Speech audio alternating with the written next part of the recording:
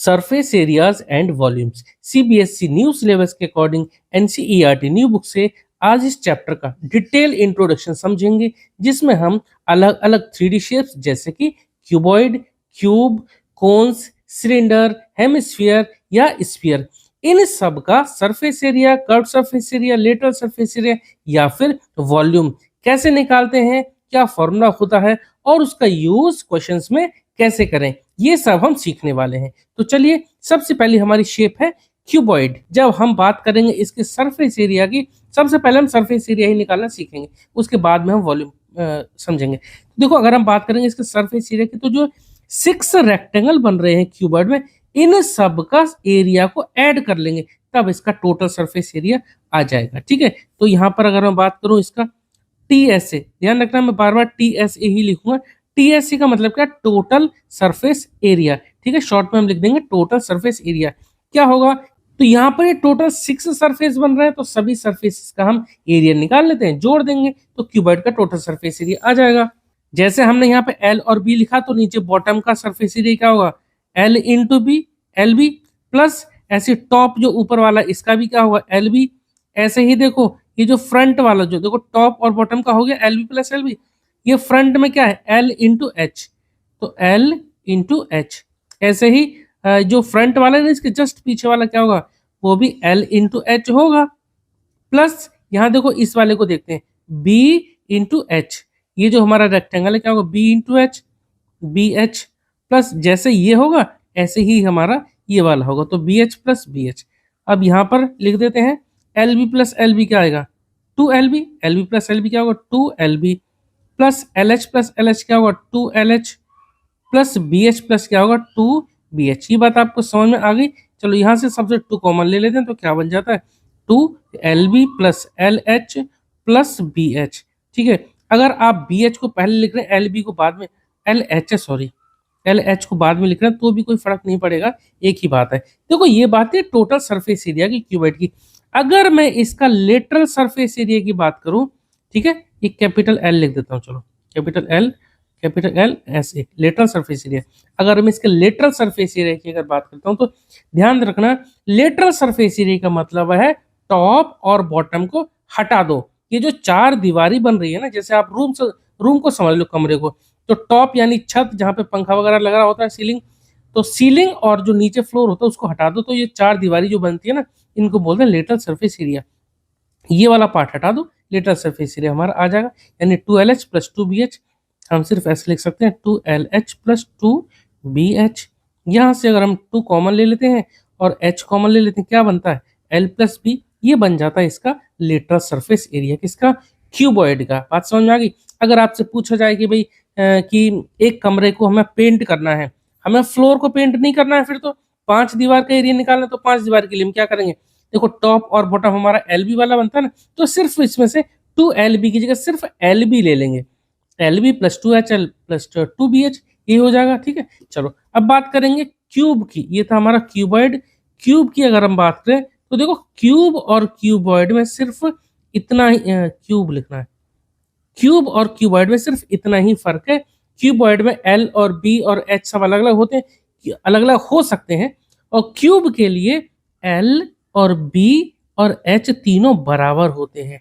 और इसको हमने मतलब कि तीनों बराबर है, ये कि हमारी साइड ऑफ क्यूब जो कि बराबर होती है, इसको मान लेते हैं चलो हम A। ठीक है, अब यहाँ पर फॉर्मूला इसी से ही बन जाएगा जो हमारा क्यूबॉइड का होता है। देखो, क्यूबॉइड का फॉर्मूला हमारा फाइनली ये आया था, total surface area 2LB plus BH। चलो इसी में पुट कर देंगे, 2 क्या था? LB plus BH plus HL, यही था ना? HL या BH को आप पहले लिख लो, बाद में लिख लो, कोई फर्क नहीं पड़ेगा। और ये सब तीनों साइड बराबर है A के, तो A हम यहाँ लिखा, A इंटू A क्या होगा? A square plus A square plus A square, क्या हो जाएगा? 3A स्क्वायर, और 3A स्क्वायर इंटू 2 क्या आ जाएगा? 6A square. ठीक है, तो कोई दिक्कत वाली बात नहीं है, क्यूब का फॉर्मूला क्यूबॉइड से हम निकाल लेते हैं आसानी से। अगर इसका लेटरल सरफेस एरिया की बारे में बात करेंगे, लेटरल सरफेस मतलब कि 4 साइड का एरिया, तो यहाँ पर जैसे टोटल 6 साइड थी, यहाँ पर भी 6 साइड है, लेकिन यहाँ सब साइड बराबर है, तो कितना आएगा? देखो, तो 4 साइड कितना होगा, यानी लेटरल सरफेस एरिया इसका होगा 4 इंटू साइड स्क्वायर, या 4A स्क्वायर। ठीक है, आप 6A स्क्वायर से अगर कंफ्यूज हो रहे हैं, तो आप ऐसे भी लिख सकते हैं 6 इंटू साइड का स्क्वायर, यहाँ पर लेटर सरफेस एरिया में 4 इंटू साइड का स्क्वायर। बात आपको समझ में आ गई। चलो ये था क्यूबॉइड। आगे बढ़ते हैं। उसके बाद है देखिए सिलेंडर। अब सिलेंडर कैसा होता है? सिलेंडर का एक बार मैं यहाँ पर 3D शेप बना देता हूँ, ठीक है। कुछ इस तरह का ये सिलेंडर होता है, ठीक है। उस तरह का इस तरह का कुछ सिलेंडर होता है। सिलेंडर में देखो क्या होता है, ये जो टॉप ये जो है सर्कुलर शेप का होता है। कैसा होता है? सर्कुलर शेप का होता है, सर्कुलर। चलो मैं सिर्फ सर्कुलर लिख देता हूँ। और ये जो नीचे का जो बॉटम होता है ना, ये भी सर्कुलर शेप का ही होता है, ठीक है। सर्कुलर शेप का ही होता है। अब अगर सिलेंडर के टोटल सरफेस एरिया या फिर कर्व सरफेस एरिया के बारे में बात करूं तो देखो, ये जो पार्ट है ना, ये कर्व्ड होता है। ये जो हमारा गोलाई में होता है, ये गोलाई में होता है, राउंड शेप में होता है। तो इस वाले पार्ट को हम बोलते हैं क्या? Curved surface area. और कर्व्ड सरफेस एरिया में अगर टॉप और बॉटम इन दोनों को जोड़ दें तब फिर क्या बन जाएगा इसका? Total surface area. सबसे पहले से कर्व्ड सरफेस एरिया के बारे में बात करेंगे। तो सिलेंडर का ये जो कर्व्ड सरफेस एरिया होता है, इसका फॉर्मूला होता है क्या? 2πr/h, ठीक है। और अगर इसके टोटल सरफेस एरिया के बारे में अगर बात करें तो देखो, क्योंकि देखो टॉप और बॉटम ये सर्कुलर शेप के होते हैं, तो कर्व्ड सरफेस एरिया में अगर एक सर्कल का इसका एरिया जोड़ दें, एक सर्कल का इसका एरिया जोड़ दें, तो टोटल सरफेस एरिया हमारा आ जाएगा। तो देखो 2πr/h प्लस आर को ठीक बनाएंगे, प्लस ये ऊपर क्या है? सर्कुलर शेप है, तो सर्कल का एरिया यानी कि πr²। नीचे नीचे वाला ये भी हमारा सर्कल ही है, तो सर्कल का एरिया यहाँ लगा देते हैं। क्या बन जाता है? 2πr/h plus πr² plus πr², ये बन जाएगा 2πr²। और क्या कॉमन हम यहाँ से ले लेंगे? 2πr हमने यहाँ कॉमन लिया, क्या बचेगा? h plus r। ये बात आपको समझ में आ गई। देखो मैंने आपको ये इसलिए खोल के बताया कि कई बार क्या होता है, कोई हमारा कंटेनर ऐसा है जिसमें ऊपर से खुला हुआ है, सिर्फ बॉटम है उसमें, तब हम क्या एरिया लगाएंगे? तब 2πr/h ले लेंगे, सिर्फ प्लस πr² लेंगे, ये दूसरा वाला नहीं लेंगे क्योंकि वहां पर टॉप नहीं है। इसलिए मैंने आपको ये खोल के समझा रहा हूँ कि अगर टॉप लेना हो तब हमने ये लिख दिया, बॉटम लेना हो तो लिख दिया, और टॉप और बॉटम दोनों को जोड़ देंगे CSA के साथ, तो TSA बन जाएगा, ठीक है। चलो ये था सिलेंडर का। चलो इसके बाद अगर बात करेंगे तो कोन का। तो कोन के लिए लिख लेते हैं। देखिए कोन हमारा कुछ इस शेप में होता है, जैसे आपने आइसक्रीम कोन देखा होगा, या जो बर्थडे वाली जो कैप होती है जोकर वाली, वो देखी होगी। तो ये सब जो होते हैं क्या? कोनिकल शेप में होते हैं, ठीक है। ये सेंटर है, सेंटर से यहाँ तक ये क्या है? रेडियस है, ठीक है। ये रेडियस है, और सेंटर से यहाँ से टॉप से, ये टॉप से ये रेडियस, और ये जो हाइट है, ये टॉप से जो मैंने खींची ना, ये हाइट है, 90 डिग्री पे होती है। हाइट और रेडियस 90 डिग्री पर होती हैं, ठीक है। उसके बाद ये जो तिरछी जो हाइट है ना, ये वाली जो तिरछी वाली, इसको हम बोलते हैं क्या? Slant height. ये स्लांट हाइट को हम डिनोट करते हैं L से। रेडियस, हाइट और ये स्लांट हाइट, ठीक है। इसका अगर मैं कर्व्ड सरफेस एरिया के बारे में बात करूं तो कर्व्ड सरफेस एरिया इसका होता है कोन के लिए πr/l, ठीक है। कई बार रेडियस दे रखा होता है, हाइट दे रखा होता है, हमें L नहीं दे रखी होती, तो L हम निकालेंगे कैसे? पाइथागोरस थ्योरम का हम यूज कर देते हैं, ठीक है। L निकालने के लिए हमारा फॉर्मूला क्या होता है? L निकालने के लिए जो फॉर्मूला होता है, डायरेक्ट मैं आपको बता दे रहा हूँ, r² प्लस h²। कैसे आता है? L² equal to r² plus h² होता है। L की वैल्यू निकालेंगे तो रूट में इनका स्क्वायर को जोड़ देंगे इस तरह से, ठीक है। तो ये हम यहाँ से स्लांट हाइट निकाल सकते हैं। ये तो थी बात कर्व्ड सरफेस एरिया की। अगर हम बात करेंगे ना टोटल सरफेस एरिया, तो जैसे मैंने आपको बताया, टोटल सरफेस एरिया जितनी भी सरफेसेस हैं उन सबके एरिया को जोड़ देना है। यहाँ पर ये क्या है? Curved surface area. और अगर मैं ये बेस कंसीडर करूं तो बेस क्या है इसका? सर्कुलर शेप में। तो यहाँ पर टोटल सरफेस एरिया क्या होगा? कर्व्ड सरफेस एरिया में जो एरिया ऑफ बेस है इसको जोड़ दूं, ठीक है। कर्व्ड सरफेस एरिया में जो एरिया ऑफ बेस है उसको जोड़ दूं तो हमारा टोटल सरफेस एरिया आ जाएगा। अब क्योंकि जो बेस है ये सर्कुलर शेप में है, तो एरिया ऑफ बेस क्या होगा? सर्कल का जो एरिया होता है। यहाँ कर्व्ड सरफेस एरिया कितना है? कितना लिख देते हैं? πr/l। एरिया ऑफ बेस क्या होता है इसका? πr²। यहाँ से पाई आर कॉमन ले लेते हैं, पाई आर कॉमन लिया, यहाँ तो बचेगा L प्लस यहाँ, क्योंकि πr² का मतलब r इंटू आर है, यानी πr/r, और पाई आर को हम पहले बाहर ले चुके हैं, क्या बचता? एक r बच जाएगा। तो ये आ गया इसका टोटल सरफेस एरिया। लेकिन ये टोटल सरफेस एरिया सिर्फ आपको तभी लगाना है जब आपसे पूछा जाए। यानी कई बार जो टेंट वाले केस आते हैं ना, तो टेंट तो देखो नीचे से खुले रहते हैं, तब आपको कर्व सरफेस एरिया ही लगाना है। और अगर ऐसा हो कि कोनिकल कोई आइसक्रीम कोन है, ऊपर से फ्लैट है ये, तब फिर क्या करेंगे, और ऊपर से फ्लैट है, इसमें आइसक्रीम भरी हुई है, और यहाँ से ऊपर अगर फ्लैट है, तब फिर हम लगाना है यहाँ पे टोटल सरफेस एरिया। बात समझ में आ गई?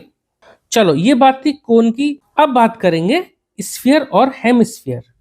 अब देखो स्फीयर की अगर हम बात करें तो स्फीयर क्या होता है, राउंड शेप का होता है, जैसे लेमन नींबू जो होता है, या जो बॉल जो होती है, चाहे वो फुटबॉल हो चाहे टेनिस बॉल हो, क्रिकेट वाले जो बॉल होते हैं, ये सब क्या होते हैं, स्फेरिकल शेप के होते हैं, गोल होते हैं।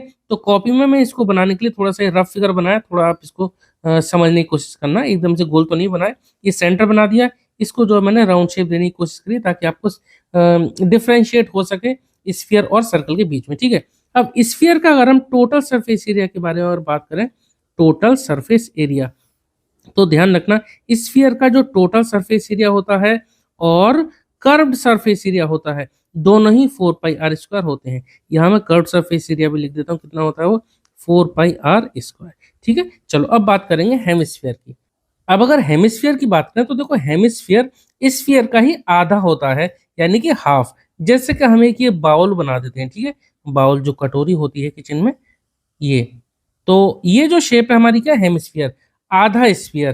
तो हेमिस्फीयर का जो टोटल सरफेस एरिया और कर्व सरफेस एरिया, ये दोनों ही अलग होंगे। ठीक है, स्फीयर में तो दोनों सेम रहते हैं, लेकिन हेमिस्फीयर के लिए अलग रहते हैं। कारण क्या है, देखो हेमिस्फीयर में जो ऊपर वाला ये जो पार्ट है ना, ये क्या होता है, ये सर्कुलर होता है। ये सर्कुलर तो हमारा पूरा है ही, ऊपर ये पूरा का पूरा हमें सर्कल दिखता है, यहाँ तो ये राउंड शेप में। ठीक है, तो अगर मैं इसका कर्व सरफेस एरिया के बारे में पहले बात करूं, कर्व्ड सरफेस एरिया, ये वाला जो पार्ट है ना, ये राउंड वाला कर्व्ड वाला ये है, तो ये कितना है, तो स्फीयर है, तो स्फीयर का हाफ, यानी कि 4πr² होता है स्फीयर का।